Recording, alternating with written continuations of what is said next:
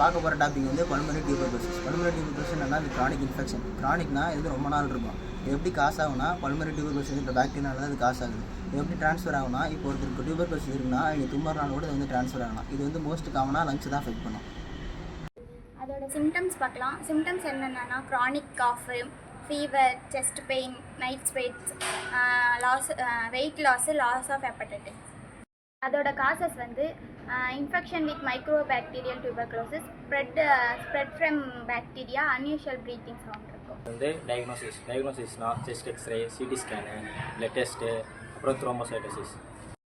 இவன் பார்க்க போகிறதுனா காம்ப்ளிகேஷன் நடக்கும். லங் டேமேஜ் நடக்கும், அப்புறம் spread to other parts of the body, அப்புறமா tuberculosis pericarditis, drug induce காம்ப்ளிகேஷனு.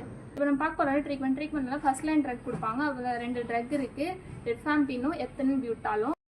Like பண்ணுங்கள், ஷேர் பண்ணுங்கள், அப்புறம் சப்ஸ்கிரைப் பண்ணுங்கள். மறக்காமல் இன்ஸ்டாவில் ஃபாலோ பண்ணிக்கோங்க.